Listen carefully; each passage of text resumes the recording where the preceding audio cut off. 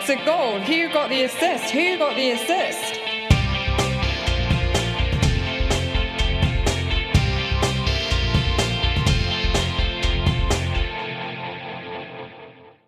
Hello, so it's all over. Yes, the longest season in living memory is done, and in tandem, a very long season for us.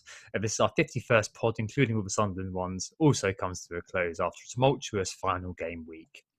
I'm joined for the final time before a long, it's probably going to be, 2 weeks worth of summer vacay by Stag, and of course Nick for the final time in the 1920 season. Starting off, Nick, as is my wont. Nick, you all right?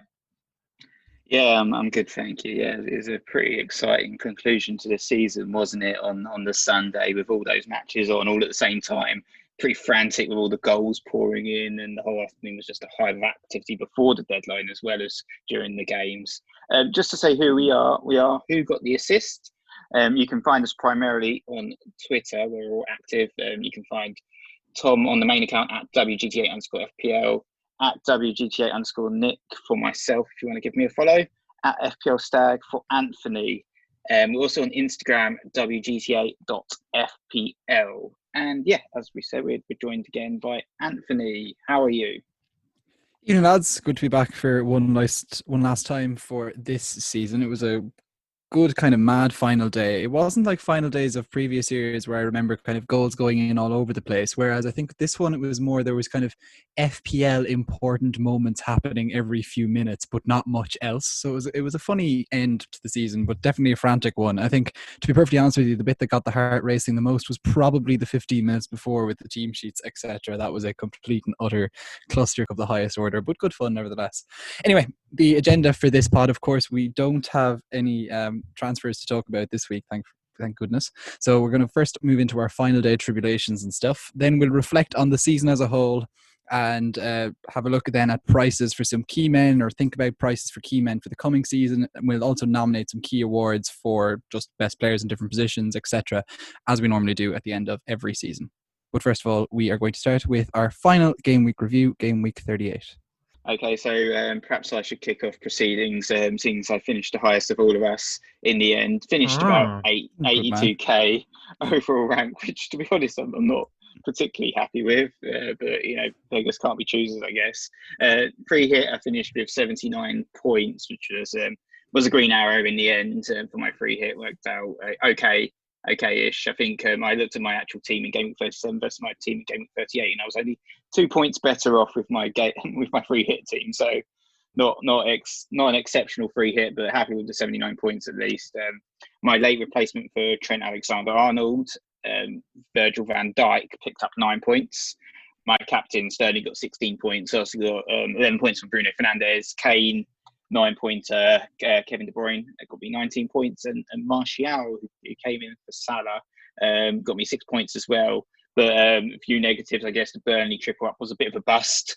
Only 3 points for Peters, 1 for Pope, and Bardsley as well got 0 points. And sort of after an illustrious career as a Premier League journeyman, probably the first time I've ever owned him in fantasy football history, and probably going to be the last as well, especially considering Peters and Bardsley's with their late yellows almost threatened a mini league loss for me. But luckily I won our cash league by 2 points, and that's the main thing, I guess, that I'm really happy about. Yeah, no, that was incredibly close up until the very, very last moment, wasn't it? We were kind of firing updates left and right on our Slack, just like, Nick, you're now 5 points ahead. Oh, Nick, it now looks like you're 1 point behind. And yeah, a mixture of bonus and hits to go over the line. So yeah, well done, Nick. A well-deserved victory in the Cash League, and well-deserved victory out of the three of us. Me second, I ended up with 68 net, 72 minus 4, 195k finish. FPL podcasting has had a depressingly dulling impact on my abilities as a player, hasn't it? But anyway, yeah, I mean, the final day madness kind of took over a little bit. So I'm going to talk about ITKs in a minute, but it became clear that Salah wasn't going to start with about 5 minutes towards the deadline. So I did hand my free hit compatriots that goal. I did Salah to Son, which didn't really work out. Needn't have done it, and to be honest, that probably did cost me the green arrow, because Son got 2, and Foden, who I had on the bench, got 1. I had Jesus my captain, and again, like this season has been the case of me just not being able to get the captain right. I should have done Kevin De Bruyne, and that's pretty obvious in the case of hindsight, and probably should have been obvious in pre-sight as well, and foresight as well. It's not really, it's not a fail because the captain did something, but then again, it wasn't the captain who actually excelled, and it wasn't the optimal captain. Look back at my numbers as well, and I've only managed to captain my top scorer on 7 occasions this season, which is absolutely diabolical. Just for context, that means in 4 and 5 game weeks, I've effectively had either a captain blank or just a captain fail, where another more captainable asset has done better. So that's not the case of me saying it was a fail because Lundstram got a 12 and my captain got 10. It's the case that I had Sterling and De Bruyne, and I captained Sterling, and De Bruyne went mad, or vice versa. So yeah, on only 7 occasions I got that right, which is just that's a killer, absolute killer. I only got 494 captain points, which was not good, really not good. So yeah, around 200k. I need to go away in the vacay and have a think about what the bloody hell I'm going to do to improve things. But yeah, there you go. Anthony, as a bottom of the pile, how are you feeling? Are you feeling more upset than I am? Okay, bottom of the pile, sure, but I'm for the 5th, I think, week in a row. I have the highest points of the 3 of us in a game week. So 86 points, finishing off. I'm just going to take the positives because the season as a whole is just a complete mess, really. But my 86-point free hit was solid enough. The triple Burnley defense didn't work out. I put in Peters and I kept Kevin Long for basically because he's Irish, and he didn't get attacking returns. Unfortunately, Peters did, got an assist. So cheers. And I picked Robertson was my Liverpool defender that I decided to put into my team after the team leaks. Unfortunately, I'd considered Van Dijk. I just went for Robertson basically because he's been better over the course of the season. Whatever, didn't quite work out. Across midfield, I had Bruno Fernandes. I did go for Raheem Sterling and David Silva, who was obviously a little disappointing on his final day in the Premier League, but I captained Kevin De Bruyne, a rare captaincy success for me, actually. So that his 38 points in total was a huge gain for me. Up front, I had Harry Kane. Fine, a lot of free hit teams had him. I'm happy I put him in. I went for a punt on Troy Deeney. Of course, he returned once. He was unfortunate, really. He could have returned more. So if we were to talk about outcome bias or whatever, I could say that I think I'm happy with that pick looking back on it. And Jamie Vardy was a punt. I went with my heart really on that, and I kind of thought that he could return big if Leicester were to finally perform for nearly the first time since Christmas, really, against United. Didn't turn out that way. Leicester missed out in the Champions League. He still got his golden boot, basically, thanks to goals scored between August and December. Fair play to him, but unfortunately no returns from me there. If I'd had Aubameyang in that team, that's a 100-point game week, but nope. So whatever, we'll take it. I'm happy with that. As for the season itself, I finished at 411k. That is disappointing for somebody who has been writing about FPL part-time, I guess, for 4 years now, who appears on a podcast week in, week out now, I guess, but have always been someone who's been on podcasts or whatever. Of course, it's not a great result. But when you consider it is my top overall rank over the course of this season, at least that's something. It wasn't a collapse. At least I pulled things together and improved as the season went on. My captaincies were the biggest problem. I have 474 captain points. When you consider that my captain scored between 1 and 6 points on 17 occasions, you realize that, okay, sure, I did manage to nail it a few times, but when I just, for the most part, completely messed it up. So that's disappointing. I took 52 points worth of hits as well, so 13 if you want to do your 4 times tables. That's a lot, and I'm happy with that. I don't really care, to be honest. I'm quite happy that I attacked it towards the end, and as it turned out, it did help me, I guess, climb the rankings and fix my team up. I've been saying it to the lads there pre-pod that I'm probably going to run a second team next season, which is just like this mental hits kind of team where I'm happy to take 20 points worth of hits week in, week out, just to basically try and hit like the optimal team for that given week in the premiums, etc., and maybe a few punts. See how it does over the course of a year, because I think, goodness, given how poor my side did over the course of this season, I'd like to have kind of that second kind of more experimental team going. But look, overall, a disappointing season, but happy with maybe how it ended. Yeah, definitely have that exit velocity, which may suggest that next season you will be, in terms of your overall rank gain, next season, game week 1, you're going to be number 5, and by the end of the season, you'll be number 1. So there you go. Actually, yeah, forgot to say that, of course. I had my best game week results ever being ranked 1 in the world for multiple game weeks in a row. Just loads of other people were too, but Yeah, statistically. That's true. Right, excellent. And I guess one of the things, and Stags alluded to it, and I alluded to it earlier on, that pockmarked the final day, just to have a word on it, because it's being discussed everywhere, and it was discussed everywhere on Sunday morning as well, is this ITK madness. I can't remember a time like 2:45 to 3 p.m. on Sunday. It was just absolutely crazy. I mean, one guy who disappeared, another guy wasn't going to say anything, and then we was a desperate kind of scrabble for information. You had fraudsters everywhere, and then suddenly you had this sort of Liverpool kind of person who came through and said, "Oh, Salah's not playing, Mane. It looks like TA's not playing. It looks like Mane's not playing." And then we were able to make transfers, but then you see people, complaining that they're not able to make transfers because they're in another kind of another time zone, and obviously it's not fair to be waking up at 2 a.m. You have people writing that, Klopp threw a grenade into FPL managers' thinking, whilst they themselves had taken the minus forward because they'd taken advantage of the ITKs. Like, it is crazy, isn't it, to think that this is going on just because of the fact that the deadline is 60 minutes before kickoff. So it means that some people do get the team sheets and it's just leaked out. Like, surely it's the case that they just change it to 90 minutes before the deadline. Like, that seems to me to be the best way of doing it, because you don't have these kind of team sheet people who are able to pick up the team sheet. There's 15 kind of minutes between the teams being released and the broadcasters receiving them. Surely it kind of just makes sense to extend the deadline an extra 30 minutes. That seems to be the way to do it and get rid of it. Because I think it's probably just, I'm not going to not use it if it's not there, because I'm not an idiot. But at the same time, I think probably we'd all prefer it to be not there. And maybe there's an element of skill in the fact that you're kind of picking and choosing and hoping that you've understood Pep properly, or you're getting the players in who are likely to play the most minutes, right? I mean, that seems to be my view on the ITK system. I don't know what you guys think.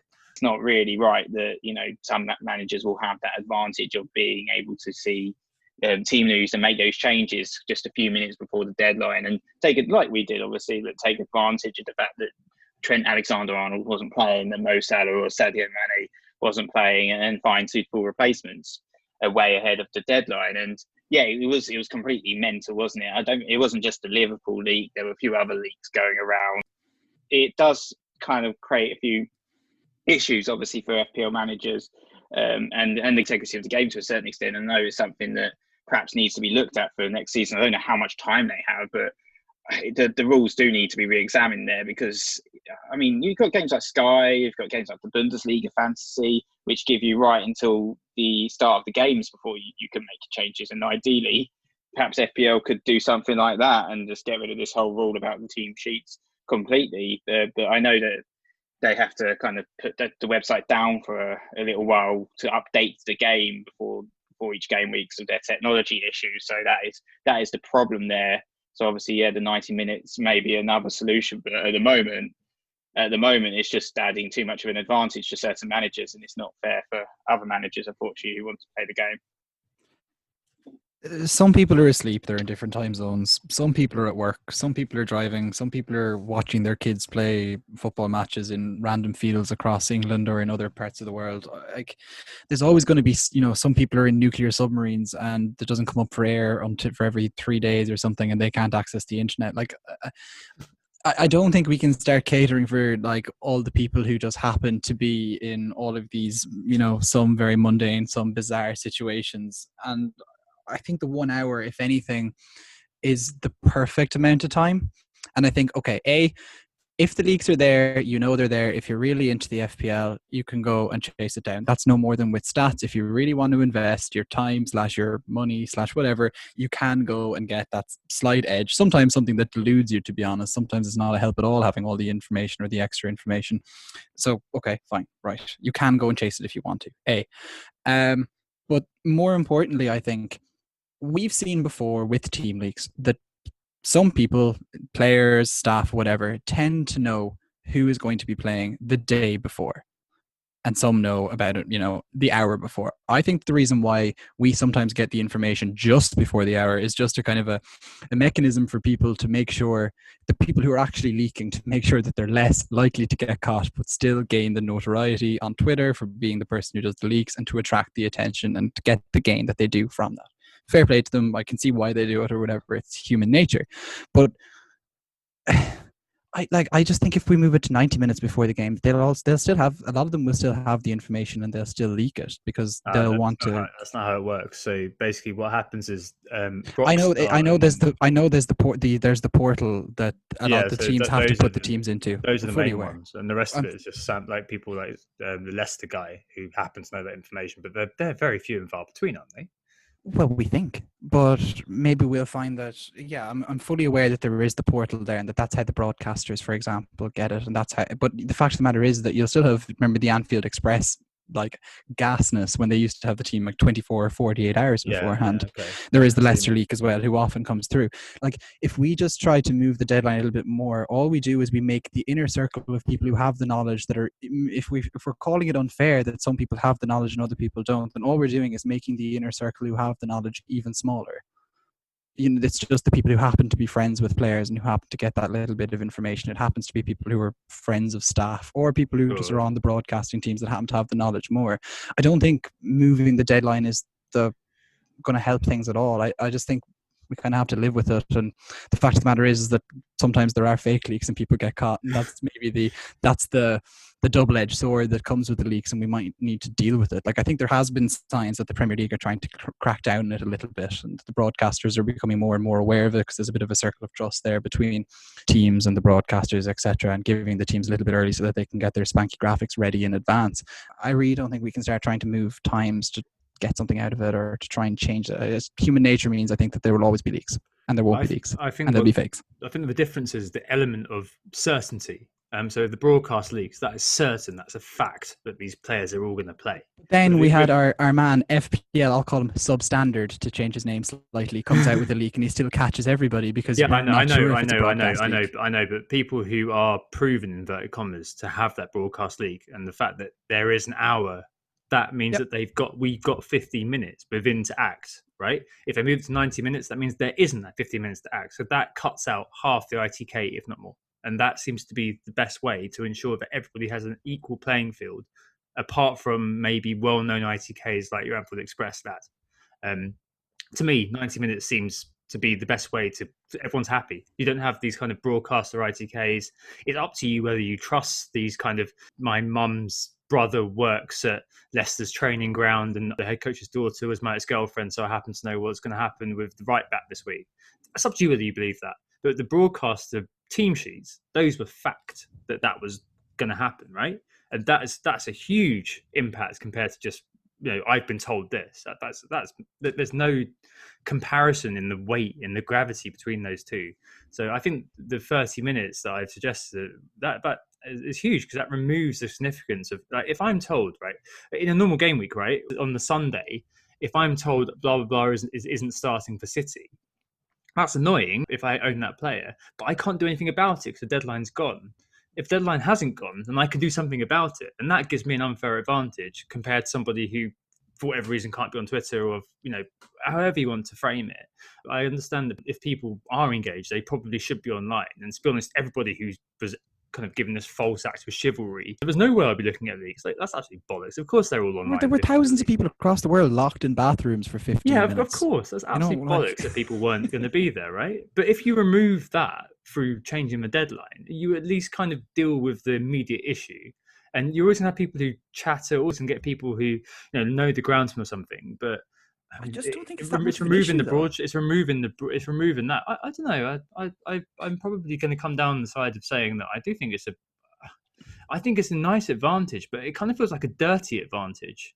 It really does. There's dirty advantages in every other part of life. Yeah, true. But I mean, this is FPL. This is a game. It's not like I'm using my connections to get a job and a pay rise, is it? It's a game that there should be some sort of level of equality, I think, at least.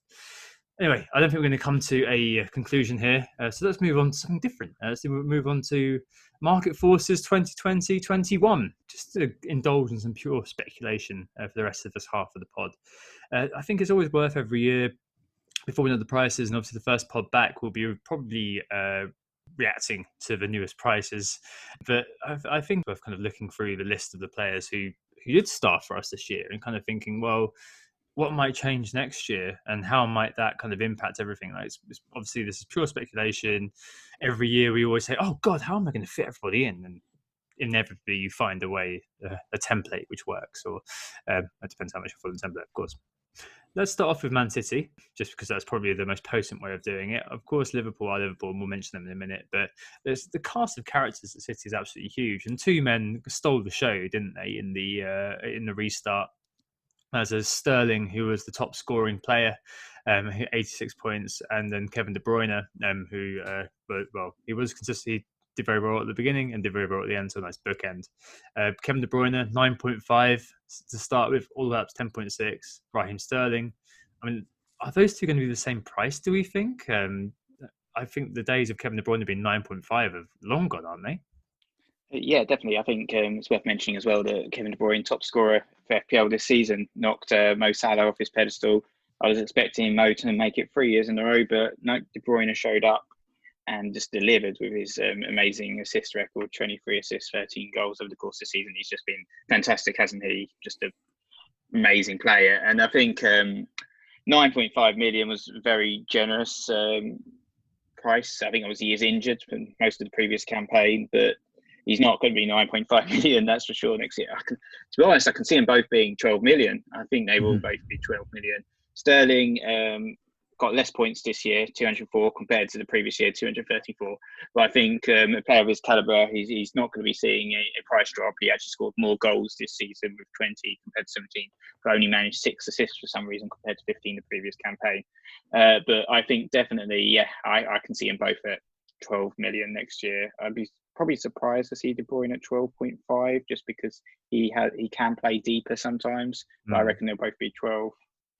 Interesting. I actually do think that De Bruyne will come through at 12.5, and I've not exactly gone for a very technical science on this, only that Mo Salah got 259 points last year and started at 12.5. KDB got 251 over the course of this season. I think he'll merit that 12.5 because, okay, yes, he can play deeper, but I think we might find that maybe he'll be, like he was taking penalties towards the end of the season. Does he keep those? Certainly it's going to have to be something that's factored into the number of goals that he might be able to score. Set pieces in general mean that he's always going to be in there, thereabouts. Creative, obviously, he can be creating from a quarterback role just as much as he can be if he's playing in a shadow striker role for the 1 or 2 games a season that happens. So I wouldn't be surprised if he was 12.5. I'd say 60% I would think he was 12.5, and otherwise I'll say 12.0, but he's not going to be any lower than that. Sterling, I think reflecting that he got that less points, and maybe the fact that he had such an inconsistent streak, and the fact that he was so good for about 10 game weeks in the season and not that brilliant for the rest of the others, the 12, the 11.5 even maybe would be probably fair to reflect him. Trying to balance the whole entire, I guess, game, I think 11.5 is about as low as you can go for Sterling, but maybe 12. I just can't see 11.5 again. I just can't. I think that I always, it's the last couple of years, I think I've given too much credit to FPL in terms of their pricing complexity. I think they're literally just fueled by hype. And to be honest, there was no one with a higher exit velocity than Sterling. But he scored 204 points this season, as Saz just alluded to. That's 6.9 points per 90 overall. But he scored 86 in the restart, which works out as an astonishing 12.2 points per 90 over the course of a 38-game season. That would mean that he'd be on for a 450-plus season, which is absolutely, that's never going to happen, obviously. But just to show you how ridiculous the last kind of 9 games indeed were for Sterling. But no, I wouldn't be surprised if we saw De Bruyne and Sterling probably at a similar sort of level. I think one offers kind of that drip feed. So Kevin De Bruyne returned points in some way above appearance in 22 of 38 games this season. He only started 35, but however you skin it, that's kind of within high 50s, early 60 percentage in terms of returning in a game. That's a pretty good chance. We love consistency as FPL players. And obviously those assists are buffeted with goals and buffeted with bonus. Absolutely fantastic. Like with De Bruyne as well, we've just seen him score his highest amount of goals in a Premier League season by quite a distance. He had 13 goals this season. Like his highest previous to that was 8 in a season where he played about 200 minutes more than he did this season. So you're we're talking about a player who's he's on the up, or at least he's reached his peak as a player right now. It's just so hard to justify taking anything off him. Is he having his Yaya Toure season though? That's the thing. Like, was this season his Yaya Toure, and is he going to kind of the likes of Bernardo Silva and things like that are going to come back into the team? Whoever they sign, like Adam Hopcroft was saying that maybe Grealish would be a good fit for City. So all of these players coming into City, maybe that will dilute his goal share. I don't know. This is obviously all speculation, but maybe this year was his magnum opus in terms of scoring goals. I don't know. I think with Mo Salah, the 12.5 million, obviously 0.5 more than what I was suggesting De Bruyne would get, but obviously Salah as well had that pedigree of the 300 points the year before as well, so was even more recognised as a top scorer in the Premier League. Was KDB scored a lot of goals this season. I just think perhaps considering the amount of price hikes they're going to be doing, and we're going to be talking about some other players in a minute, 12.5 million might be too steep to make it fair to fit in all these players. I wouldn't be surprised though. Like if I was trying to ascribe intelligence to the guys who are doing the pricing, I'd probably say that you need to force a choice for FPL managers and not just kind of corral people into a template. So if you go with KDB, you can't then say, I'm going to make a Salah and Sterling inclusion. That's going to be impossible. You're going to have to probably choose one and then probably choose one of the others and go without. I think we saw it last season a little bit where you had kind of Kun Aguero and Mane and Salah and Sterling. Like you could have made a choice around that. I think maybe that should be accentuated a bit more this year. Just to mention as well, one player that should be mentioned a little bit is Mahrez, after his cameo, produced a golden assist and 9 points. Salvation for the likes of Neil Murray and FPL General. But he was actually second for Man City in terms of points per 90 season long. He was just behind Aguero. Aguero got 8.16 points per 90. Mahrez got 8.12. And he actually had a better points per 90 than Kevin De Bruyne. 8.12 versus 8.07 for KDB.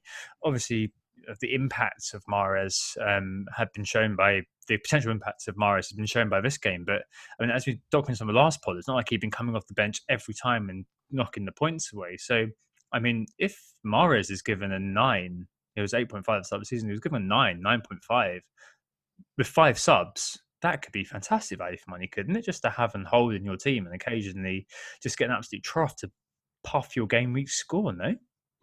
Yeah, the one thing I would say is that I feel like those 3 City slots are going to be on a bigger premium come the start of next season. I think that their defense is finally going to be shored up. They can't possibly go another season without signing another centre-back at minimum. Exactly. So suddenly you're looking at trying to fit one defender from City and I think at min, and then 2 attackers. It's going to be pretty difficult.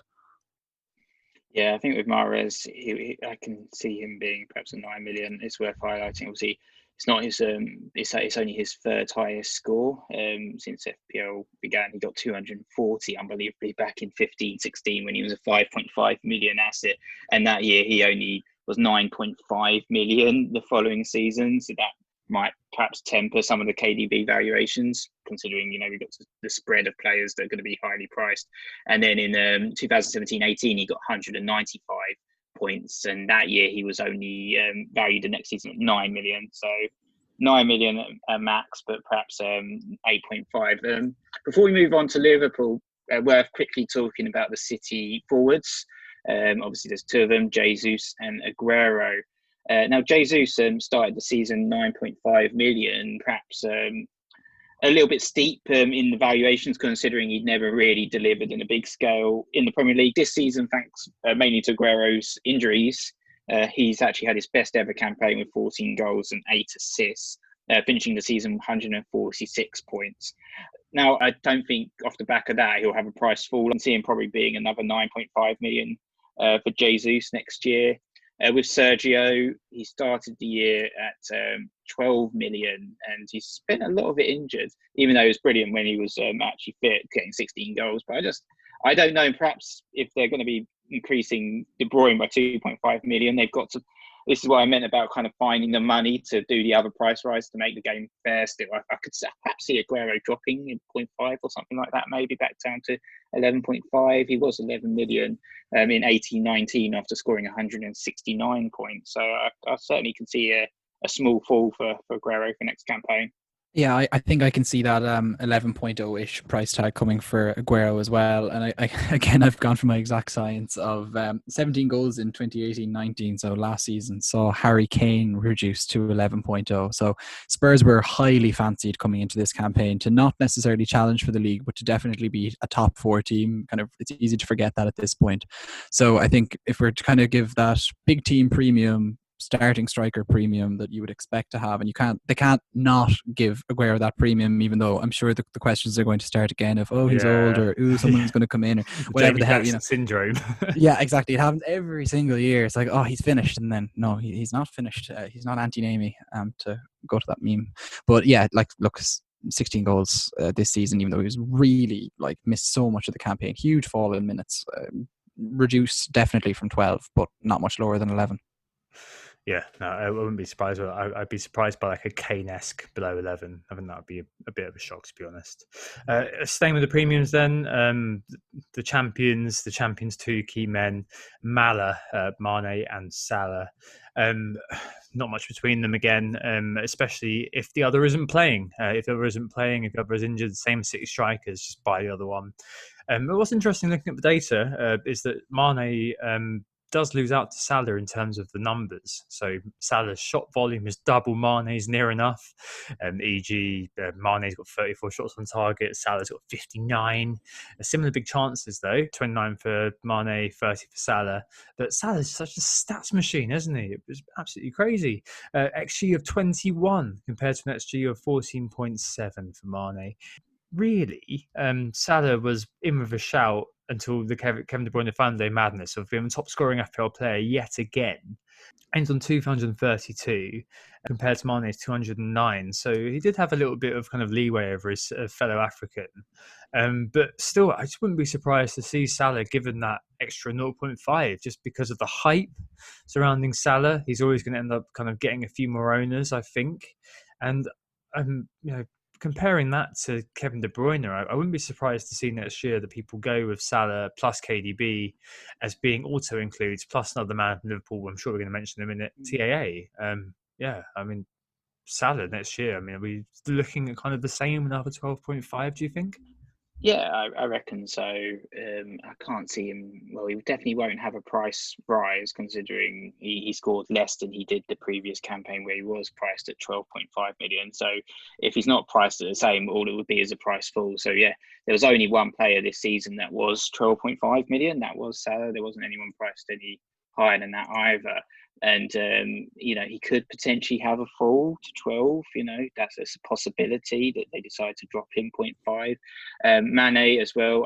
He won't be. I can't see Mane being 12.5. I can see it probably being a 12 million and a 12.5 million for Salah. That's my prediction, at least. I was surprised, actually, that I looked at my stats earlier. I'd only owned Salah for 15 game weeks this season, less than half the season, which was a bit of a surprise because I feel like he's one of those players that's sort of always in my team, so I was quite entertained by that.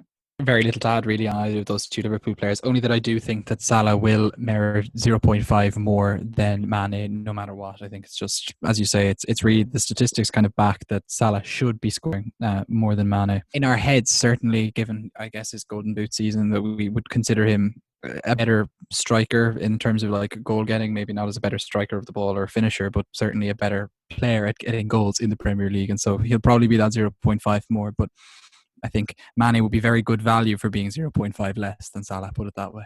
Very well articulated there, actually. And in terms of the other big auto include for many, described as a fallacy in some quarters, but I'm sure that TAA, one of the A's being assist, is going to be in most people's teams come game week 1. It won't surprise anybody to hear that he had the highest XA per 90 and outperformed most defenders, had a big chance of 19. Although Robertson wasn't too far behind on 14 comparatively. I mean, 8 million Trent versus 6.5 million, 7 million Robertson. TAs in all of our teams regardless, isn't he? Well, we did see back in 2011-12 Leighton Baines being priced at 8 million, but I'm not sure that we're going to see Trent valued at that, just based on recent history with FPL and their pricing model. For instance, Robertson actually scored 3 more points last campaign than Trent did this campaign. So Robertson finished the campaign on 213 points compared to Trent's 210 this year. And Robertson's only got the 7 million valuation alongside Trent. So I wouldn't, maybe a 7.5 million for Trent, just because he is so good and he's so young, and perhaps he hasn't even reached his full potential yet. So he could even do even better next campaign. But I'd be surprised to see them hike the defender to up to 8 million, just because they don't tend to price defenders that steeply typically. Interesting. If we hadn't, if Tom hadn't recalled Leighton Baines's price having once been set at 8.0, I would have ruled out that being a possibility. But now that distinct reality has been brought to my attention, I think he probably could easily be 8.0 next season. Like, the fact of the matter is, we're talking about a player who delivered the third most key passes in the whole division, created the second most big chances in the whole division, scored a fair few goals on top of that, just a few, and also 4 goals this season. Had a low enough XG, but I think given that he's shown his prowess with free kicks, I think we're going to see him given the chance to shoot more and more, especially as he continues to bloom, I guess, considering he's so young. If he was a midfielder and he was a Liverpool midfielder in this game, I don't think we would even have a question about having him in our teams at 8.0. But the fact of the matter is, because he's a defender, we have this mental block about him. 8.0, he's just frankly so good. And that Liverpool defence, by the way, it's not going anywhere. It's still going to be good. He's still going to get clean sheet points along the way as well. So it's whatever price. Honestly, if he's 8.5, I think he's still on my team. I think it's basically like FPL, the engaged FPL manager's little secret, isn't it? After scoring 200 this year, over 150 last year, I think you can see the upward trajectory, as you've said. And I think that bulk at 8.5, and I can't see them going to 8.5. Maybe Leighton Baines in his prime-esque 8 is as high as they go. 7.5, I think. But I think we need to remember as well is that, like, the previous season, he was only earning his place in the team. Like, this is his first full season in that Liverpool team. It's so easy to forget because he's like been a concrete member of our FPL brains for over nearly about 2 years now. The fact of the matter is that, like, this was his first season playing over 2,500 minutes in a 3,400-ish minute season. So, like, he's really only becoming what he could be in FPL terms now. I just think he's just probably one of the best players in the whole entire game, and it's so easy to see. Yeah, absolutely. Same as exactly what the value would say. Right. Okay. God, this could go on for ages. I think we're going to have to basically stick to the top 4. do Man United, maybe Chelsea, and then pick out a few players. Otherwise, we're going to be sat here all night. Let's do United quickly, and I think that they are obviously going to be due a hike. That is for sure. Bruno, the highest points per 90 over the course of the season, will come as no surprise to anybody anywhere. Is he going to regress? Who knows? 13 goal involvements in 10 games. Absolute madness, effectively. And I think we might see a little bit of repositioning as well with the United key men, right, Nick? I mean, you've got Martial, Rashford and Greenwood, who could all do the hokey cokey. Martial heading up to being a striker, Greenwood and Rashford back to midfielders. I mean, Martial, wow, I mean, from nowhere, he became the third highest point scorer in mid since the restart, behind Raheem Sterling and Bruno. So, yeah, there'll be a lot of interest in how that United dynamic front four is priced, won't there? Yeah, definitely. I think with Martial, he is going to be forward next season, so that will be factored into his score. Certainly, I did some quick maths, and if he was a forward this campaign, he would have got 169 points, which would have been the 6th highest forwards out of all of them. Not too shabby, and would have outscored the likes of Harry Kane. just as a sort of comparator, I looked at kind of like Jesus and Firmino, and they haven't been reaching those kinds of totals recently, but were priced at 9.5 million. So I think 9.5 million push perhaps for Martial, I think it was probably right. I can't see him being as low as 9. But then maybe 10. But I think they'll have to factor in that he's changed from midfield to forward. So I reckon 9.5 million for him. But Rashford, on the contrary, he's going to be classified as a midfielder potentially, just because of the position he's been playing in that United team. So if FPL follow their traditions, he would have actually got an extra 26 points as a midfielder, and would have returned 203 FPL points this campaign, which would have been 3 more than what Martial actually scored. Making him the 5th highest scoring midfielder for this campaign. It's more than the likes of Song Heung-min has been scoring. His son's sort of 9.5 million, more than the likes of Ericsson, believe it or not, was a 9.5 million midfielder as well. So I reckon for Rashford, I kind of had him down. If he's a midfielder, I think probably about 10 million would be my estimation. Again, the other one we mentioned very briefly was Mason Greenwood. So yeah, he made 100 points this season, first campaign, had an excellent time. As a midfielder, he'd got 119 points. As a comparator, that would have been about 8 points less than Pulisic got for this campaign. And considering Greenwood hardly played until the end, that's really, really good for him. So I think probably him and Foden probably are going to be the players to look at, because they're not going to have huge price rises, and they could be really good value options for next campaign. So I reckon Greenwood could be like a 7.5 or something, and could be like the player to own basically next season. So I think that's what I thought about those guys. And finally, you mentioned Bruno. Did some more maths here. So 117 points in 14 games. If he managed over the 38, big if, that would have been a phenomenal 317 points over the course of the campaign. So big if.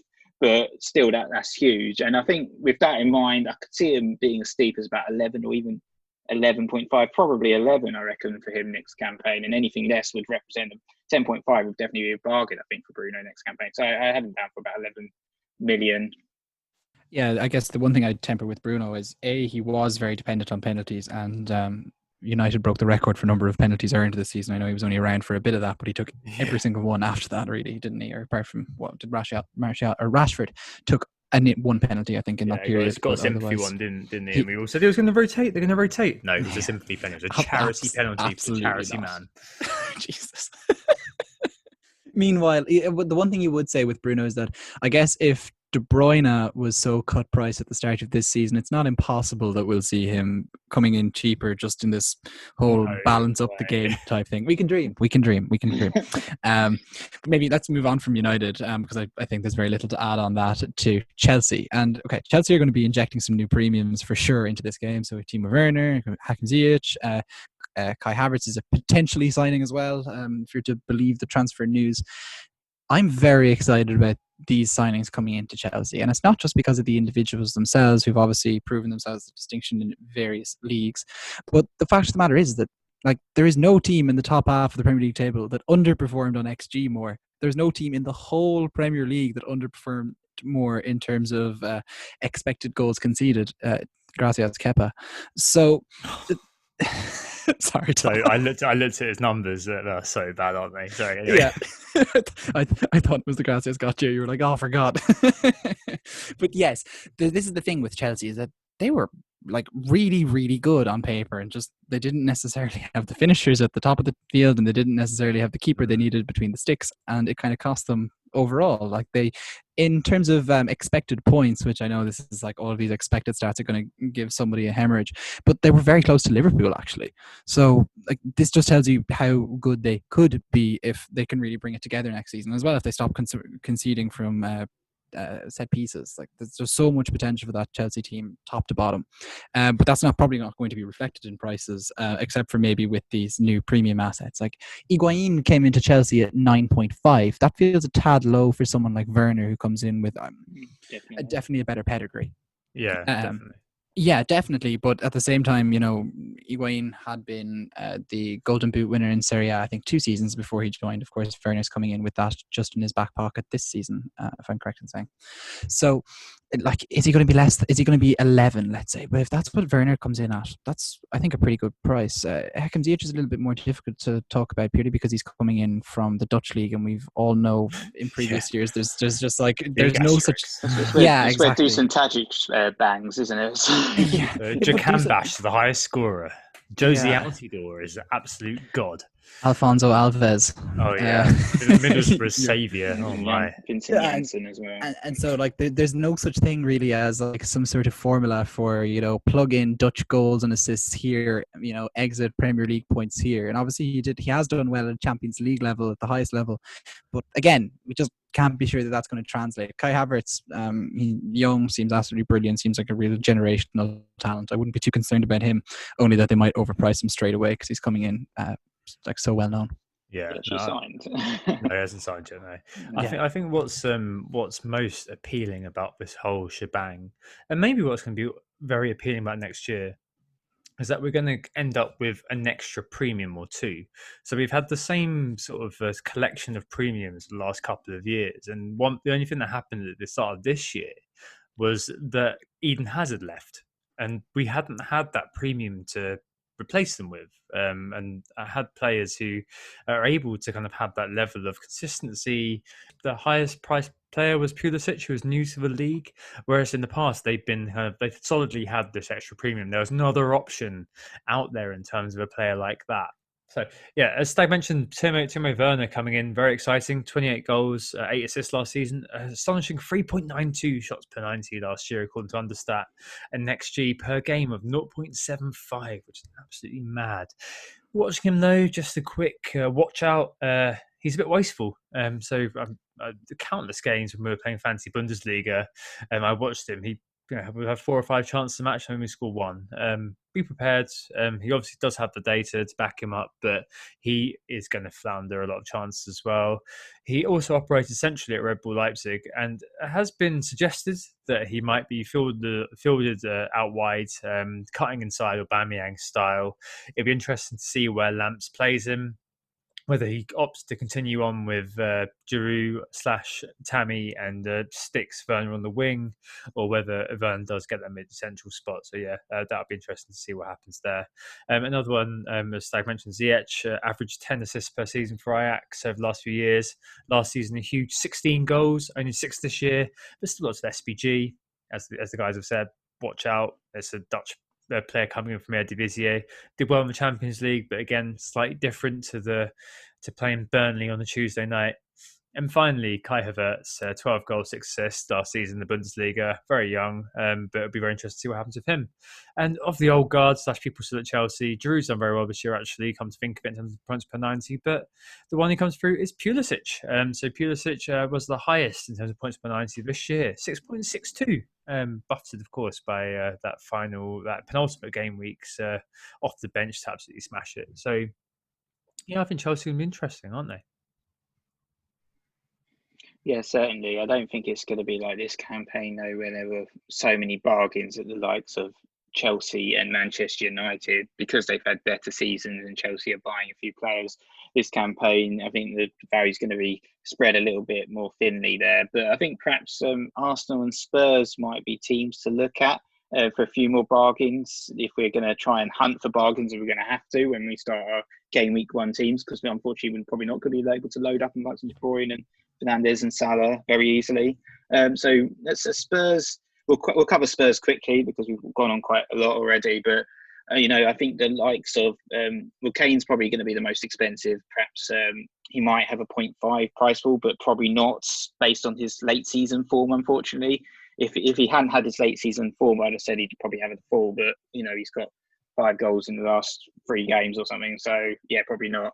And Son's probably going to stay about the same price, but I think maybe we will definitely see like the full for the likes of Ali, likes of Mora, Bergwijn, and Lo Celso. There might be a player that steps out from the parapet there around that sort of 7 million mark, 7.5 million mark. I think Lo Celso, I think he's one I'm particularly interested in. He's had a bit of a slow start for his Spurs career, but I saw he was starting to shine in those close season games and impress on some of the set pieces as well. In the league, actually got 9 goals and 5 assists at Real Betis in 18-19, and and 5 goals and 7 in the Europa League fixtures for Real Betis as well. So if he can start to show some of that potential, he could be one to watch, around 7 million maybe.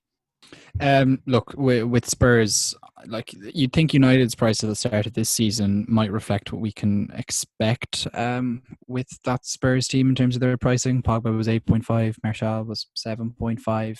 I can't see Kane dipping as far as Rashford's 8.5. That would be dreamland stuff. Like Son was 9.5 this season. I think you should see that drop considerably. Maybe 8.5 might be as low as it can go, but really I think because of the Mourinho's influence and just everything that's kind of going on at Spurs, I don't think we're going to have much more than one, if not two players from that team, maybe a defender, because they were starting to show signs of defensive solidity towards the end of the season. Yeah, maybe like Aurier. Perhaps I think that'd be interesting with them. I think it was almost a bit of a curse that they've got the Europa League, so they've got those extra games. But the likes of Wolves and maybe Arsenal, who don't win the FA Cup, are not going to have. Obviously, that means the Wolves do have it. What if Wolves win the Europa League? Yeah, so yeah, well, God knows. But yeah, no, I think you guys are probably right. And I think maybe we're looking at likes of Son for sure, Lucas for sure, and they'll be very potent early differentials. And Kane, 54 points since the restart, the highest scoring Spurs player, second highest forwards, and the second highest XG amongst forwards. So I'd be given, I think, the FPL price for hype, I think he's going to get 10.5 again. But yeah, the supporting cast for Spurs, interested to see where they're priced. There could be some serious bargains there, as Nick says, who are going to show up from beneath the parapet. And the North London rivals, Arsenal. Well, this year it was Aubameyang or bust, 53 points since the restart. Obviously the highest Arsenal player, and just behind Kane, basically, on all metrics. He finished 1 point behind Kane in terms of FPL points, and 0.01 XG behind Kane as well since the restart. One of the closest relationships we've seen. Yeah, interesting. I mean, any other players there, Nick? Maybe the likes of Saka or something?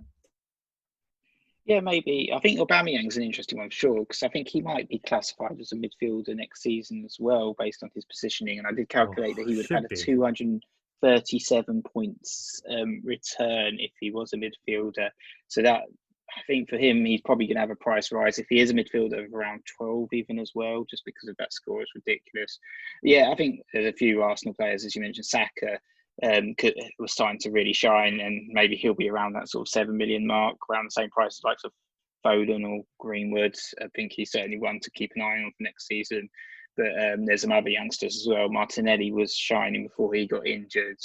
Even like Nketiah and Willock potentially could come through. We don't know. But Pepe was 9.5. He's certainly going to have a price fall. So he'll be an interesting one to watch as well for next campaign.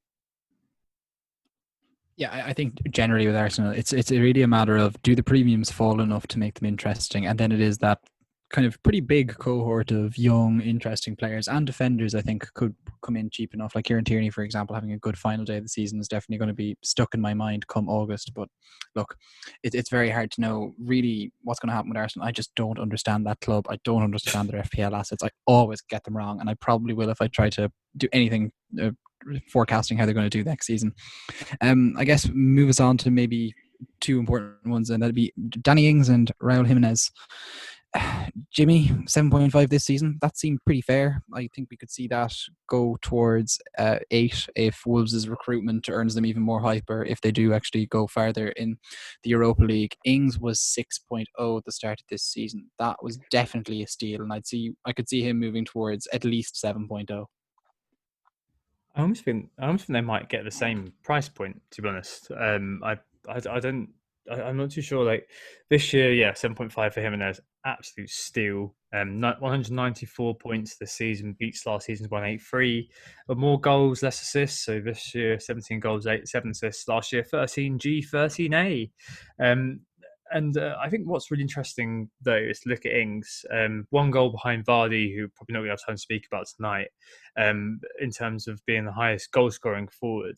I totally overlooked Danny Ings this season, and I think probably is the case for Nick as well. And Stag too. Yep. And maybe it's injury records. Maybe it's, FPL General's dulcet tones telling me not to buy an injury-prone player. Maybe it's something else. But since restart, he's been the second highest scoring forward. and he's one of only one. He's one of only two forwards to make it into the top 10 in terms of restart scores.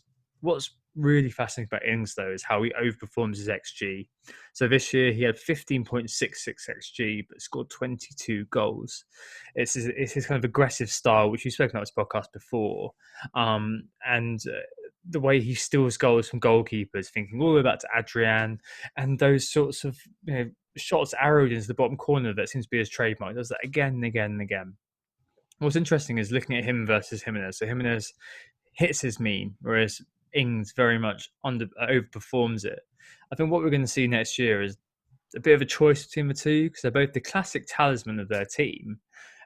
Both teams rely on that person for output, and I would not be surprised to see them both being given 8.5. But again, could just be me over prescribing luck when it comes to the FPL guys. Yeah, I think I perhaps thought they were going to be a bit more than that, both of you guys. I kind of thought they could even be up as high as 9 million just because of their scoring records this campaign. That was kind of my estimate, but I guess perhaps that's a bit too extreme, because I did actually compare it to Vardy, and he was 9 million after 18 goals and 5 assists. When he scored that 24 goals and Leicester won the title, he was only 10 million.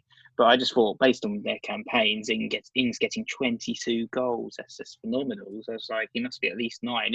If he's 7 or 7.5, that would be an absolute steal, I think, next campaign. One person I think that's worth discussing before we round off this price prediction market forces extravaganza, looking ahead to next season, is Jack Grealish. I think it seems unlikely that he's going to be at Aston Villa next season. I think that seems to be accepted wisdom at this point. There's a little bit of talk that he might go to Manchester City. That'd be pretty interesting if he did. There's always been links to a lot of the other big clubs in the league as well, Spurs and Man United amongst those. But I think we can expect him to go somewhere. And with that in mind, and I guess given how good he has been, especially in terms of his underlying stats this season, I think he was second and third in terms of key passes and big chances created this season. So two particularly impressive stats for a player that was at a team who were absolutely hopeless. And if he did have 8 goals, 7 assists this season, if he had a player in front of him that could actually score, that 7 assists is going to soar into double figures pretty quickly.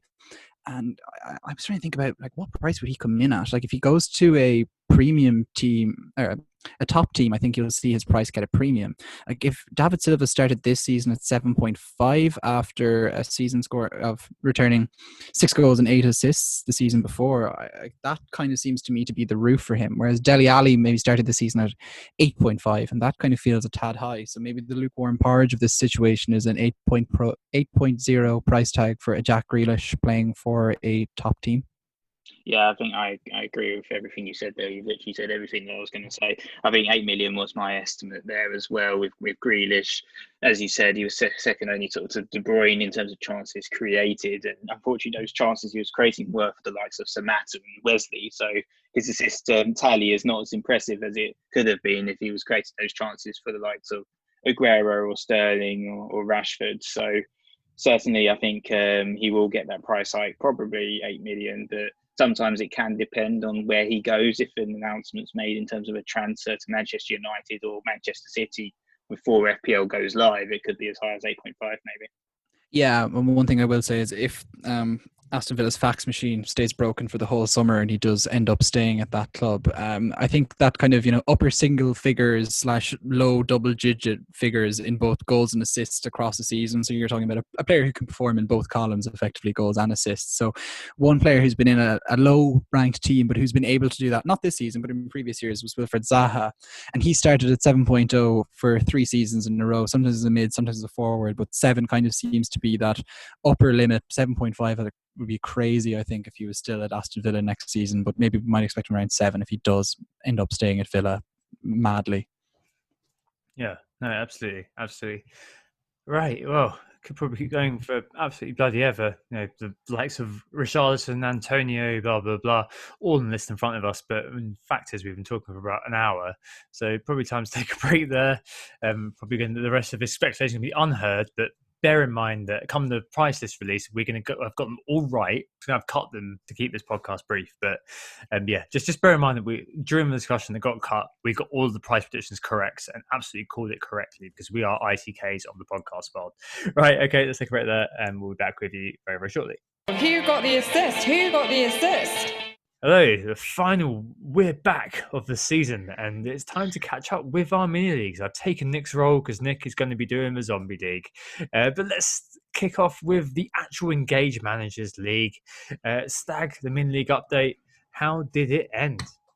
So Neil Thompson squeaked into the top 10 down from 7th after not having basically any chips left to use in his final week. So 72 points brought him to 2,465, which was still very solid going for Neil after the whole season. Declan Rinn made it back into the top 10, having been absent for a few weeks, up from 17th to 9th, thanks to his free hit team scoring 91, in spite of captain Harry Kane. Mark Bird flew back into the top 10 as well, from 13th up to joint 7th. His team Tweety Dreamers, 2,467 points, 86 in the final week. Graham Wilshaw as well, using bench boost to his benefit, up from 9th to that joint 7th with Mark Bird.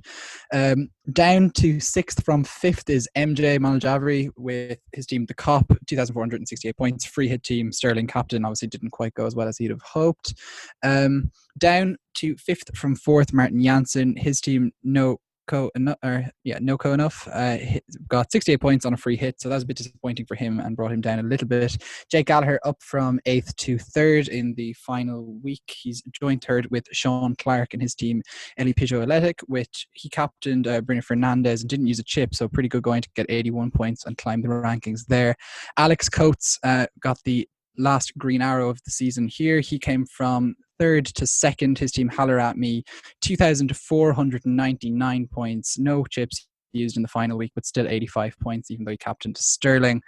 And finally, the winner is Nathan Wollaston. He's been top for a few weeks in a row now. 2,505 points, 72 points this week, even though he captained Sterling. He ended up finishing 27th overall and 70 points behind the world number 1. So absolutely brilliant, really, from Nathan, and a great season. Fair play. Yeah, well done, Nathan.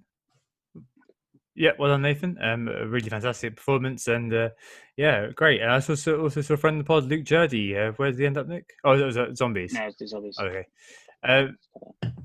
Cool. All right. And Nick, in terms of the dead teams as opposed to the engaged teams, how did the Zombies do this season? I'm going to say, well done, Nathan, as well. Yeah, finished overall ranked 27th, won a number of leagues, including PVA's League of Doing Bits as well. So excellent season for him. But yeah, the Zombies, first off, we're not necessarily going to do this next year, just requires a lot of administration for it, etc., etc. So I think it's possibly going to be the last year of the Zombies, unfortunately. But looking at the teams, there's a few cheating teams as well in the top 10, and this was part of the problem. So many people entered teams but decided to cheat, and you have to remove each team one by one. So a small minority have unfortunately ruined it for the larger group. But there were a few people I saw did very well. My friend of the pod, Luke Jurdy, was on one of the pods. Previously came top 20 with The Walking Dead, 2,171 points, OR 428k. So about your level, Stack. Also, Samuel DB, another friend of ours on Twitter, did very well as well with his team, Zombie Luca. He came about 13th with 2,191 points. But the top 3, Zombie Cats with 2,247, and Epic Shrug with 2,247, who got the brains. Both did excellently, 140k finish for them. The Salah captaincy sort of letting them down, I guess, at the last minute there. But our winner was Mary Vespo with the VAR crawl. 52 points to wrap up the season, 2,256 points, just outside the top 100k, 119k OR. Again, it's the Salah call. Unfortunately, as the captain, just not helping in the last minute. Salah captain, De Bruyne vice captain. Those guys clearly the key for our Zombie teams, like Vardy, Martial, and in defence, Pope obviously in goal, Robertson, Laporte, Dean, and Van Dijk. That was the setup clearly to do big at the back. Worked for that Zombie team there. Yeah, very, very well done. We'll see if we do it again next season. I mean, it's a great marketing tool, but equally, can we bother to do all the administration and keep it going and police it throughout the course of the first season, especially at the beginning? It's an absolute nightmare, isn't it? The amount of people we've got to remove, and the really unintuitive administration pain from FPL does not make it easy. Yeah. We'll see. Might be back, maybe not. Who knows? Normally at this point we'd have our listeners' questions, but I think, given the fact it's the end of the season and probably that it'll be along a similar theme, we decided, this time we're going to do something else entirely, and it is the awards. As the season recedes in our rearview mirror, just say goodbye to a few of the key outcomes as this season has worn on. So, to start off with, unimaginatively, the goalkeeper of the season, according to us. So, if I may go first on this one, and I'll kind of reverse it around after that, nods around okay. I think probably it's going to have to be Nick Pope for points. Ederson outscored him in the restart, got a golden glove, but 170 points scored, 4.5 million. That's outrageous value, isn't it? Like, I cursed the day I sold him, to be honest. In general, in terms of the stats, it was actually very close between Dean Henderson and Nick Pope. If you were looking to the expected data, so Hendo, his XGC, expected goals conceded, was 47. He only conceded 33. That was the highest discrepancy. On the other side, as I mentioned earlier, laughing at Kepa, his XGC was 38 and he conceded 47 goals. But on the other side to Hendo, Pope's XCS, expected clean sheets, was 9. He kept 15. That's pretty damn cool in terms of point outcome for FPL managers. So I've got to give it to Pope, and I think that it's a shame that next season, just to continue earlier on to point and get to him, but it's a shame next season. I'm guessing it's going to be 5.5 and probably a bit too expensive to go with at the start of the year. But yeah, it's got to be Nick Pope this season, just on a value basis, hasn't it? Yeah, I thought you might actually go for Dean Henderson, to be honest, there, Tom. But I did go for Nick Pope as the goalie of the year. I think he's unfortunate not to get that golden glove, but yeah, he's been excellent all season, hasn't he? 120 saves, made him the 4th highest in the league for saves.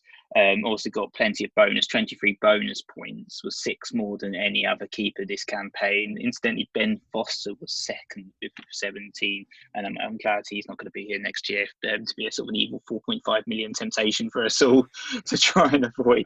But I think it's Pope just pipping Dean Henderson, who was also absolutely excellent this season. Certainly can see them both being 5.5 million next season. Yeah, I do feel for Dean Henderson that he's missing out on this award. With you two going for Pope, I actually probably would go for Henderson. And I think an awful lot of that is because of what he had managed to do up to the break. I know Sheffield United weren't necessarily that good after the break, and certainly their defence wasn't as good as it, I guess, we'd become used to it being in the first half of the season. But the fact of the matter is, this is a guy he's on loan from Man United. This is a first time in the Premier League team, and to get 13 clean sheets and to be as solid as he was and dependable, especially in those early weeks of the season when I guess we didn't know what to expect. Like, by Christmas he had quite a lot of his clean sheets, I guess. And it was really bloody impressive. And I feel I don't want to forget about that. Like, I think we all knew Pope was a good goalkeeper. Statistically, we always knew he was liable to overperform. Burnley at one stage, I think, were very disappointing. And that's the reason why, Tom, you sold Nick Pope, because there was that period where he just wasn't getting clean sheets. And I think there was an awful lot of talk of, the Pope time, it's over. There was never a time when the Dean Henderson time was over, except for perhaps after the restart when everyone had an unlimited amount of transfers and maybe they set up a team for the final weeks. Otherwise, there never would have been a time when when Dean Henderson wouldn't have been a stalwart of most sides. And so for that, I would have given it to him.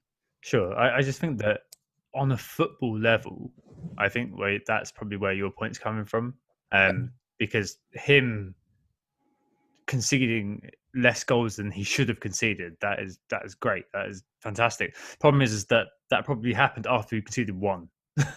And the fact is that with Pope, because he kept more clean sheets than he was expected to keep, the discrepancy between 9 and 15, that's an extra 24 points for FPL managers. I think that on the FPL level, that's probably a little bit better. In terms of it, and Dean Henderson's XCS to actual clean sheets, the discrepancy wasn't as high. So I think probably that'd be why I give it to Pope objectively. Subjectively, I probably would give it to Henderson. For football reasons, I give it to Henderson, but I think in terms of FPL players of the season, you've got to give it to both. We agree to disagree, yeah. Maybe.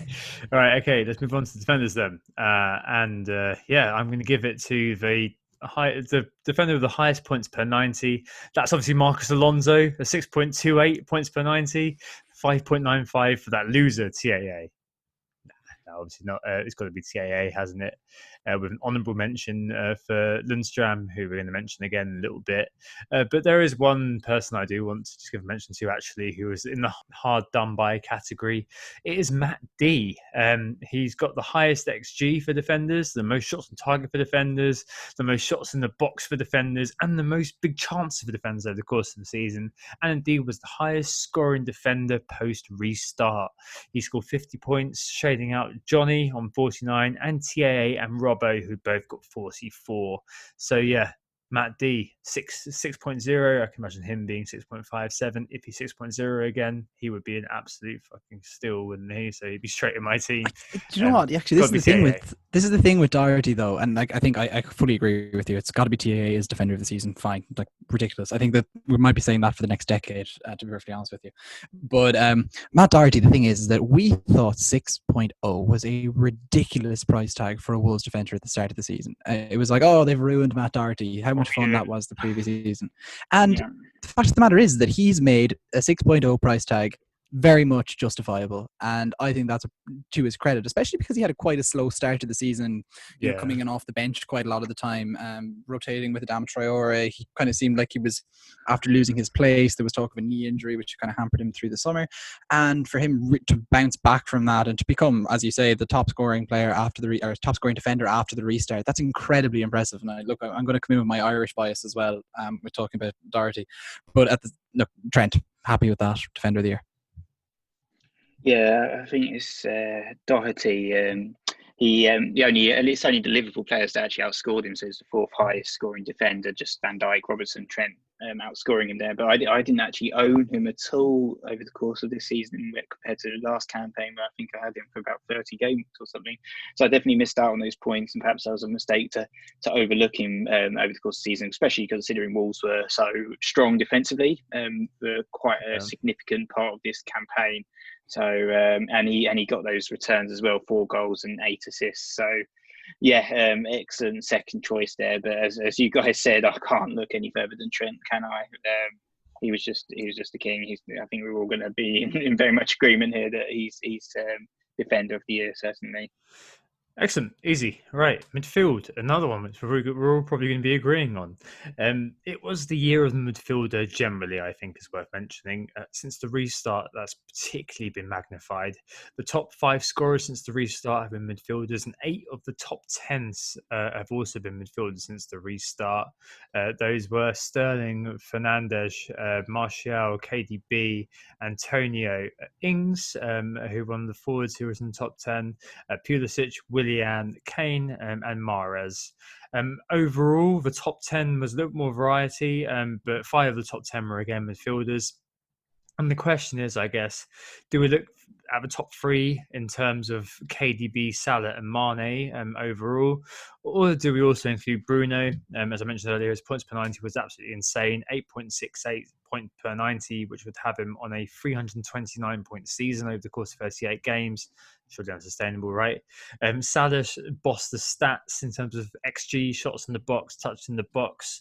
KDB scored the most points. 9.5 million though for KDB. That's got to be him, right? I think there's probably no dispute about that. He was midfielder of the season. Yeah, absolutely. Like, look, there is arguments for Fernandes on a per game basis or whatever, but I think you also have to say that he was so reliant on penalties to get that. Like he scored, 4 penalties in a relatively short amount of time in the Premier League, whereas that wasn't really a factor for De Bruyne. He scored 2 of them, but much more towards the tail end of the season. And so I think it's that overall dependability. Like we used to joke that Raul Jimenez was the postman, but like to manage to deliver all the time consistently, meriting like an ever increasing price tag in one of the best teams in the league, also doing it outside of FPL or outside of the Premier League in general, and doing it in Europe all the time. Top player, top scorer, top assist record holder overall or ever, whatever, alongside Thierry Henry. it's got to be De Bruyne. Yeah, I think certainly De Bruyne is the standout choice. The only other one I thought about considering was Anthony Martial. Actually, without the bias of a BT Sport sort of Team of the Year poll, I genuinely think that Martial was excellent this campaign. Considering his 7.5 million valuation, he certainly definitely overperformed there with a 200-point return. This campaign, which is just excellent. So he was the only one that I think would potentially attempt to dethrone De Bruyne in my eyes. But yeah, I can't say that he's been better than De Bruyne. 251 points, just an excellent campaign all in all for KDB. So we're being very boring here and all agreeing and all going for the top scoring FPL assets as well. But I just went on my phone and looked at Martial's price because I found it like scarcely believable that he started the season 7.5. Genuinely, I had to check that to make sure. I was about to say, are you sure about that? So yeah, absolutely crazy. But yeah, I think maybe with that, and if you kind of cut value by start of season price rather than end price, God, Martial's been doing pretty well there, isn't he? But yeah, that's going to be KDB. Hold that thought in mind for player of the season as well. But yeah, striker of the season. I think, God, I mean, you've got. I think probably it's just about Vardy. Maybe this one may have a bit more of a division, clear the lobby. Vardy, his spate of goals, I think, may have just done enough between game week 7 and game week 18. He scored over half his points in that period, so he scored 110 points of his 210, 52% of his points. And what's really interesting about Vardy this year, maybe it's because of the Rodgers effect. They went from being a stats defier, so the sort of player who did very, very well against big teams, against little teams, didn't really know what he was going to do, to a stats dream. He became incredibly predictable. Now, he scored against the poorer teams more often than not. What is interesting is just behind him, just 5 points behind him, in fact, was Pierre-Emerick Aubameyang yet again. And I think he's one of those players he's like Hazard. You just leave him there and he will do the job for you. 205 points. The second year in a row, he's got 205 points exactly. Just 5 points behind Vardy. And yeah, I mean, the premium we didn't speak about too much earlier, but I mean, if he does stay at Arsenal, if he gets back to midfield, dear me, a huge option there. And maybe Ings with a third, and maybe Ings will get another prize that we're going to talk about in a second. But you've got to go Vardy, right? I actually went for Danny Ings, so a bit of a differing opinion there. Not a player that I owned over the course of the season, but I think he certainly put to bed those stories of the histories of the injuries and the glass ankle. We saw previous campaigns where he was coming off on the 57th minute, but it's worth highlighting actually that since the restart, he's only missed 3 minutes of football. So he's played 90 minutes every single game, apart from one where he played 87 minutes. So no fitness concerns there, no injury concerns. And just, I mean, the Vardy returns that we got, I wasn't hugely surprised that he managed 23 goals. I'm certainly surprised that Ings managed 22 goals over this campaign. That was not expected at all. And he started, another one that started super cheap. He started at 6 million this campaign. So really, really made fantastic value for money there, considering finished 198 points overall. Yep, for me, it's also the lad that I didn't have on my team all season, Danny Ings, forward of the year for sure. 22 goals. That's an overperformance on his XG of 7. He was only 8th for shots in the box, so he was often doing this as a player who wasn't necessarily being supplied as you might expect. That 6.0 price tag as well was ridiculous in hindsight. I put Che Adams into my game week 1 team, not Danny Ings, so that was my mistake. 198 points overall. Yeah, I transferred Shinji Okazaki into my team as well after game week 1 of the Leicester title winning season as well. Right. Or no, Okazaki. So, look, I have a bit of a penchant for bringing in the wrong striker from a mid-table team that's maybe overperforming. But the thing with this Southampton team is that they became a mid-table team only because of Danny Ings, really, for half a season. They were so bloody poor. They tightened it up. After the Leicester humiliation, they really tightened things up. But for quite a while, it was just Danny Ings out there on his own. Shane Long not getting the recognition he deserved from Ralph Hasenhüttl until later in the season. All the rest of the Irish lads, Obafemi, Smallbone, etc., coming in and lifting them up in the second half of the season. But before that, really, they were really struggling. If it wasn't for all those Irish lads coming in, they'd have been in serious trouble. But yeah, Danny Ings, my striker of the season. There you go, Southampton. You've been relegated. It wasn't for Ireland. Yeah, I mean, God, you can't. Yeah, I think that I'm probably with you on that. Really, I think just to segue into the next one, which is budget player of the season, i.e., a player who's 6 million or below. I was going to go for Danny Ings there. It's been my budget player of the season because 6 million, scarcely believable, isn't it? 198 points. Simply, I've written here as my notes. What the hell was I thinking? Like, I just, it's one of those that I'm going to regret for a while. And next year, I'm sure I'm going to buy him. I'm sure he's not going to, he's going to have lost his hot streak. I'll own him for the first 3 or 4 game weeks. It'll be terrible. And then I'll sell him by game week 4, my wild card for somebody else. I mean, elsewhere, okay, then in the budget players of the season, you guys talk about John Lundstram. 144 points for a 4.0 million player. FPL didn't do their homework, just that would do for some guy they've never heard of before. He's second to Doherty on most key hits, on most key stats. Yeah, there we go. Since the restart as well, honourable mentions to a couple of players. Phil Foden, 8.38 points per 90, the highest points per 90 of any player below 6 million. And of course, Mr. Greenwood, 6.77, the two highest scoring, 6.77 points per 90. They both got the same score since the restart, the two highest scoring under 6 million players. But yeah, I mean, if we are going to arbitrarily say it's a 6 million or below player, got to be Danny Ings. If not, probably Lundstram, because I don't think we're going to see 144 points from 4.0 ever again, are we?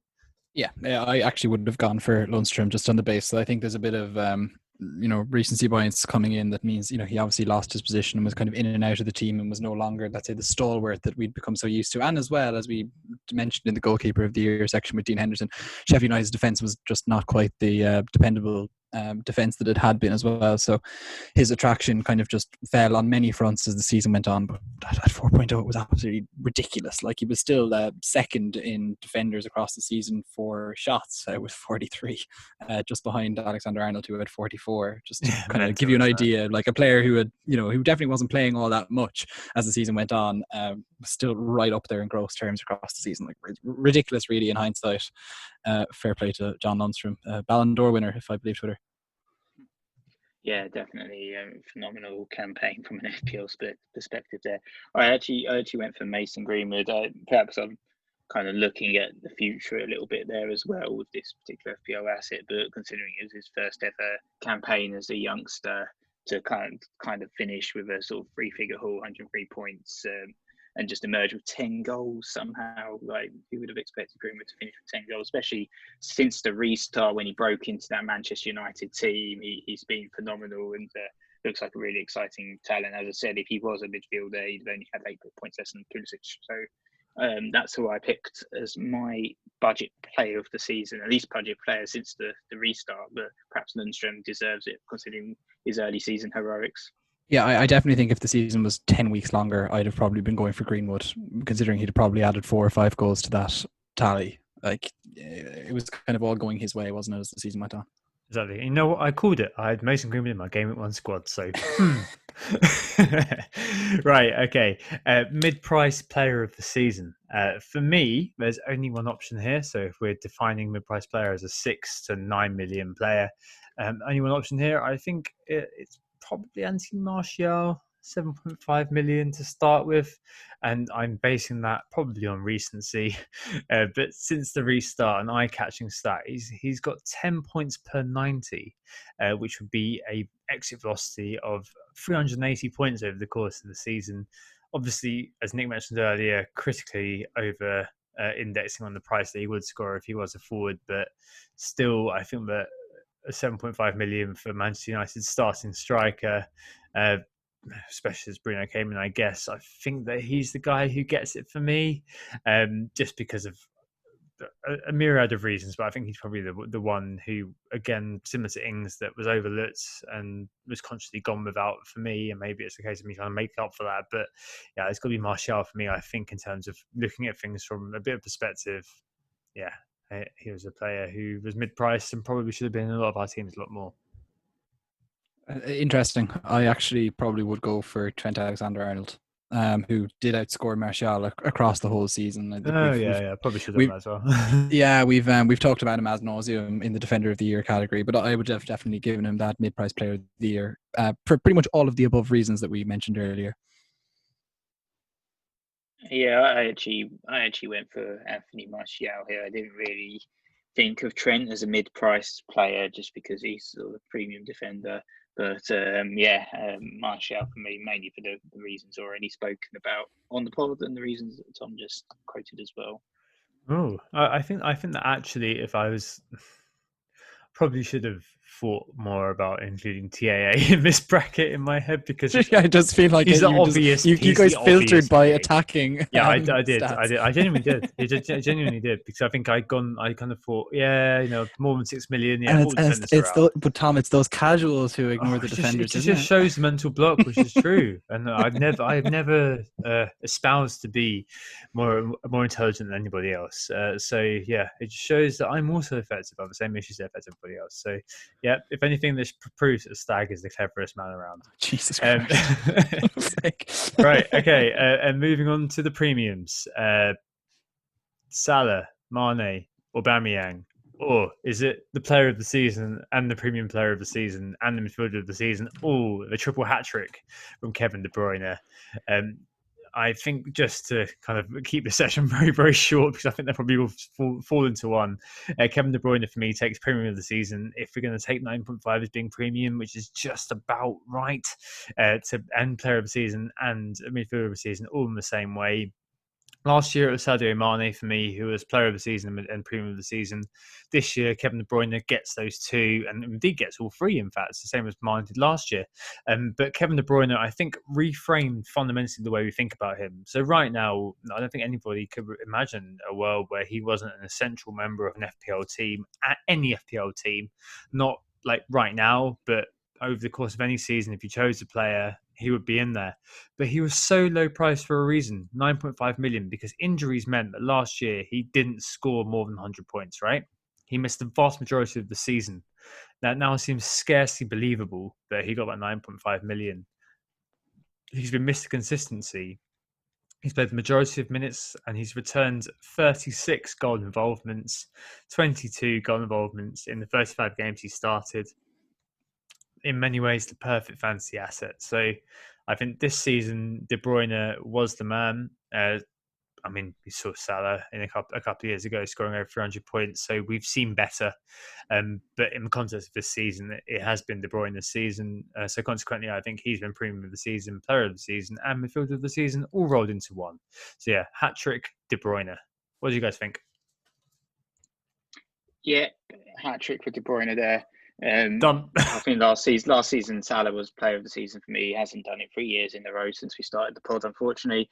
I think this year it's all about Ginger Kevin, and he's done the hat trick.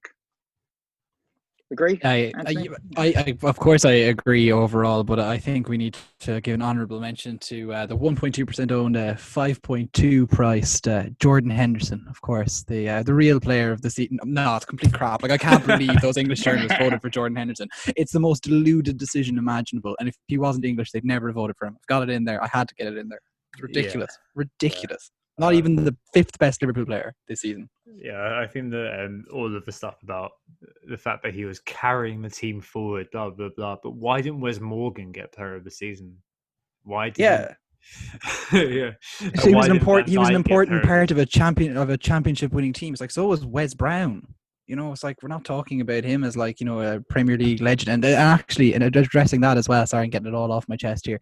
The David Silva stuff as well. Like, he won City's Player of the Year award how many times, Tom? 0? Once. The same amount of times as Stephen Ireland. Oh, God. And yet we're talking about him as if he was like the best Premier League player ever. Some people talking about him as the best foreign import ever into the Premier League. Like, it's completely daft. He's not even in the probably top 20 Premier League players ever. Well, I think we should leave it at that, actually, for this season, because I can't bother to keep arguing. But as you've all heard, this has been the the contribution stack is added to this season, a sense of argumentation, because Nick and I always tend to agree with each other. So thank you for that, Stack. Right, that's your lot. I still think. reeling from that David Silver. Yes, sorry. Assists that I was guy like, I warned them in the WhatsApp group chat earlier. I wanted to get that off my chest. All right, I'm glad. Right, it's midnight, Stag. Round up. Yes, indeed. So, thanks very much, number one, guys, for bringing me on board on the pod this year. It's been really enjoyable to be part of the team, and I'm looking forward to my first full season as a host with you guys. It will be good fun. But for now, we were Who Got the Assist. Thanks so much for listening to us over the course of this season, through lockdown and out of lockdown again. And we look forward to being back with you in pre-season. Yeah, thanks very much, guys, for listening to us through this very, very long campaign. It's going to be a short break for us, not very long at all, because it's probably only going to be a couple of weeks before we start looking at stuff like fixtures and the new prices for next season and stuff like that. So it won't be long before you hear us again. But yeah, really enjoyable campaign yet again, and we look forward to our fourth season of Who Got the Assist. Oh, speak for yourself. No, it was enjoyable being WGTA. It was not an enjoyable campaign, but there you go. I think upcoming schedule is to rest as long as possible. Then we've got 4 pods penciled in for the pre-season, so a little bit more truncated than normal. We'll be skipping the usual A to Z because we simply don't have time given work and other commitments. But we'll be back for a price reaction / fixtures pod basically when we can. Then we'll do price analysis / value hunting, unwritten rules of FPL family, and a pre-game week 1 podcast. So 4 before the season starts. We're also going to have, or I'll also have, the value and talisman reports written up. But for now, we're off to have a break and forget what FPL means for a bit before speaking to you again in August. Thank you very much, everybody, for listening this season, and we hope we assisted you during the course of the campaign. Goodbye. Bye. Thanks, guys. Bye-bye. Oh, it's a goal. Who got the assist?